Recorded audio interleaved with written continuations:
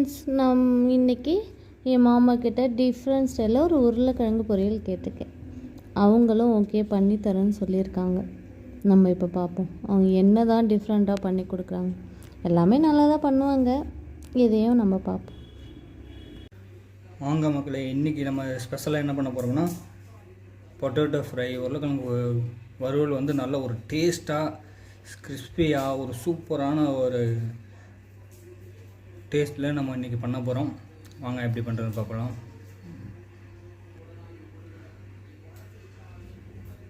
மூணு table spoon அளவுக்கு oil விட்டுக்கலாம். நீங்கள் எந்த ஆயில் வேணாலும் யூஸ் பண்ணிக்கலாம். கடலெண்ணெய் யூஸ் பண்ணிங்கன்னா நல்லா டேஸ்ட்டாகவும் ஒரு ஸ்மெல்லும் நல்லாயிருக்கும். பாருங்கள், எண்ணெய் சூடானதும் கடுகு வந்து ஒரு 1/4 டேபிள் ஸ்பூன் ஆட் பண்ணிக்கலாம். எண்ணெய் பொரிஞ்சதும் நம்ம பூண்டு வந்து இடித்து வச்சுருக்கேன். ஒரு 6 பல் பூண்டை வந்து இடித்து சேர்த்துக்கலாம். இடித்து சேர்த்தோம்னா நல்லாயிருக்கும், ஃப்ளேவர் நல்லா கொடுக்கும். பூண்டு ஆட் பண்ண கையோட கருவேப்பிலை வந்து லேசாக கொஞ்சம் போல் எடுத்து வச்சுருக்கோம், அதையும் ஆட் பண்ணிக்கலாம். பூண்டு வந்து நல்லா பொன்னிறமாக வர வரைக்கும் நல்லா வதக்கிக்கலாம்.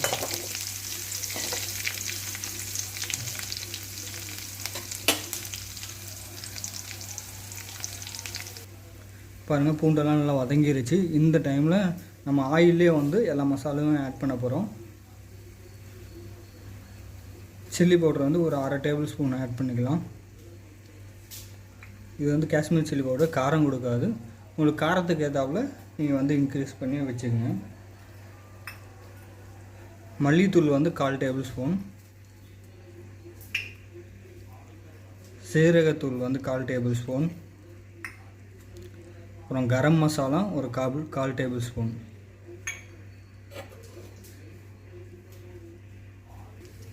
பாருங்கள், ஆயிலே மசாலாலாம் போட்டு இது ஒரு நல்ல ஒரு கிளறி விட்டால் ஆயிலே கலந்து நல்ல ஒரு ஃப்ளேவர் கொடுக்கும். ஒரு கிண்டி விட்ட உடனே இதோடவே வந்து நான் ஒரு 1/4 கிலோ உருளைக்கிழங்கு வந்து கட் பண்ணி வச்சுருக்கேன். இதை கையோடு ஆட் பண்ணி இது நல்லா ஒரு பெரட்டி நல்லா மசாலாவோட மிக்ஸ் ஆகிற அளவுக்கு நல்லா கிளறி விட்டுக்கலாம்.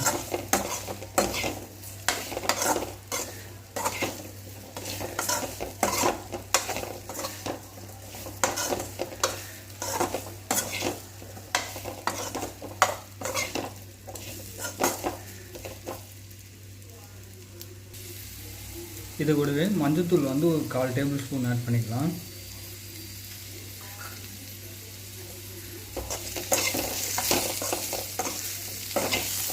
டேபிள் ஸ்பூன் ஆட் பண்ணிவிட்டு இதை நல்லா ஒரு பெரட்டி மிக்ஸ் பண்ணி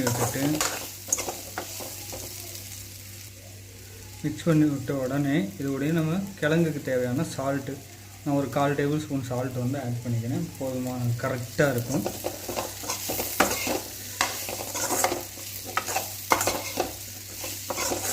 நம்ம பத்தலைன்னா கூட கடைசியாக விரலால் கொஞ்சம் போல் எடுத்து அப்படியே மேலாவில் லேசாக தூவி விட்டு பரட்டி விட்டு வரணும். சால்ட்டு சரியாக இருக்கும். பாருங்கள், ஆட் பண்ணி விட்ட உடனே உருளைக்கிழங்கு வேகிறதுக்காக ஒரு 3 டேபிள் ஸ்பூன் அளவுக்கு தண்ணி வந்து ஆட் பண்ணிக்கலாம்.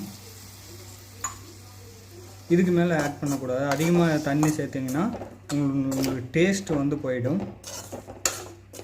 இதை நல்லா மிக்ஸ் பண்ணிவிட்டு சிம்லேயே வச்சு வேக வச்சுங்க. சிம்லேயே வேக தண்ணியும் சுண்டிடும், உருளைக்கிழங்கும் நல்லா வெந்து சூப்பராக வந்துடும். பாருங்கள், மூடி வச்சு ஒரு 2 நிமிஷத்துக்கு விடுவோம், நல்லா வெந்துடும். கடைசி வரைக்கும் பாருங்கள். கடைசியில் நம்ம வந்து ஒரு ஸ்பெஷல் மசாலா வந்து இதில் ஆட் பண்ண போகிறோம். அது என்ன மசாலான்னு கடைசியாக போடுவோம்.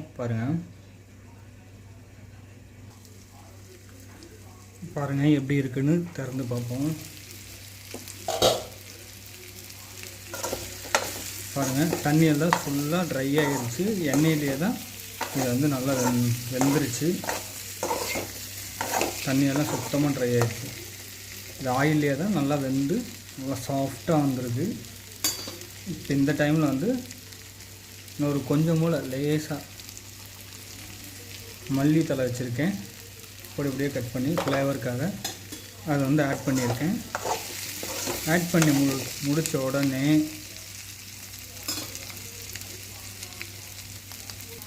இது கூடவே அந்த மசாலா, ஸ்பெஷல் மசாலா சொன்னால இந்த மசாலா தான் 5 ரூபா பாக்கெட் மேகி மசாலா. இது வந்து ஆப்ஷனல் தான், உங்களுக்கு விருப்பப்பட்டால் நீங்கள் ஆட் பண்ணிக்கலாம். இது நீங்கள் ஆட் பண்ணிங்கன்னா நல்ல ஒரு டேஸ்ட்டு, செம்மையான ஒரு டேஸ்ட்டு கொடுக்கும்.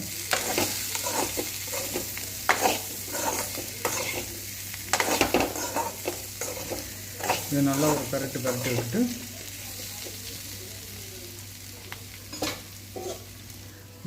மூடிட்டு நம்ம வந்து அடுப்பை ஆஃப் பண்ணிடலாம்.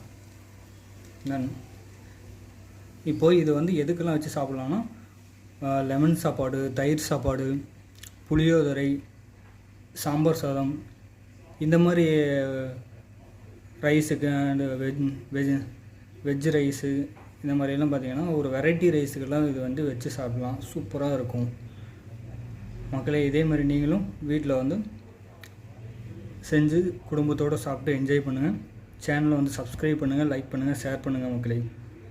நம்ம நெக்ஸ்ட் வீடியோவில் நம்ம மீட் பண்ணுவோம். பாய்.